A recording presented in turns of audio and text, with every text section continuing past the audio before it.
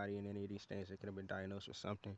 If you really look at these people's lives, like let's think about God and Jesus, right? If you look at Jesus, right? This man came down, heard the voice of God, heard all type of spirits and blah blah blah. That's like a symptom of what they call psychosis. And they could have said that he had grandiose beliefs when this man really actually came to save the world, right? People were calling him a devil, a demon, all type of stuff, and then he was like changing the laws of how things work, right? And they killed him. You don't think that this man was stressed out? You don't think that he struggled with anxieties or depression or anything like that while he was going through all of this? And if he was God in the flesh, can you imagine what God's everyday life is like? Like imagine having to make every decision for the whole world. No matter what decision you make, somebody's gonna get let down. You Most people have kids. You ever have to pick a side for your kids? Imagine everything and everybody that's ever existed, every animal, every whatever, is your child.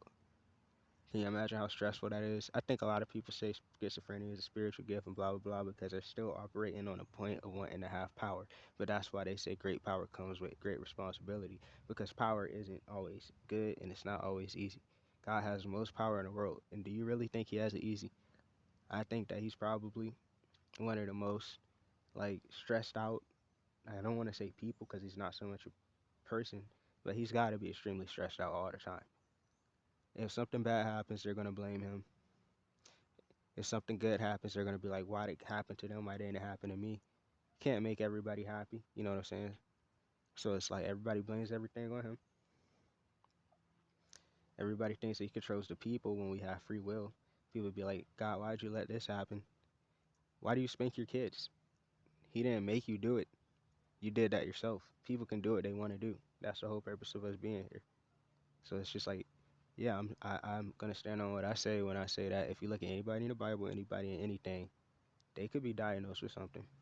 You know what I'm saying? Because everybody has their mental struggles, and them people had to have the highest mental struggles. That's why they say Jeremiah suffered from depression, and they call him the weeping prophet. You know what I'm saying? So like, if a lot of these people were alive today, I guarantee you they would have said, "Oh, these people have delusions of grandeur, or these people have psychosis, or these people have whatever."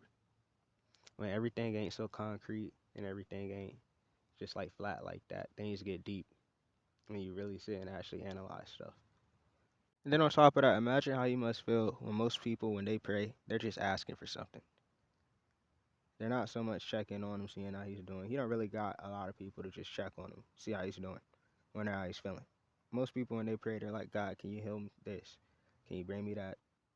Can you touch this person? Rather you're praying for yourself or somebody else, you're still like kind of just asking for something. Have you ever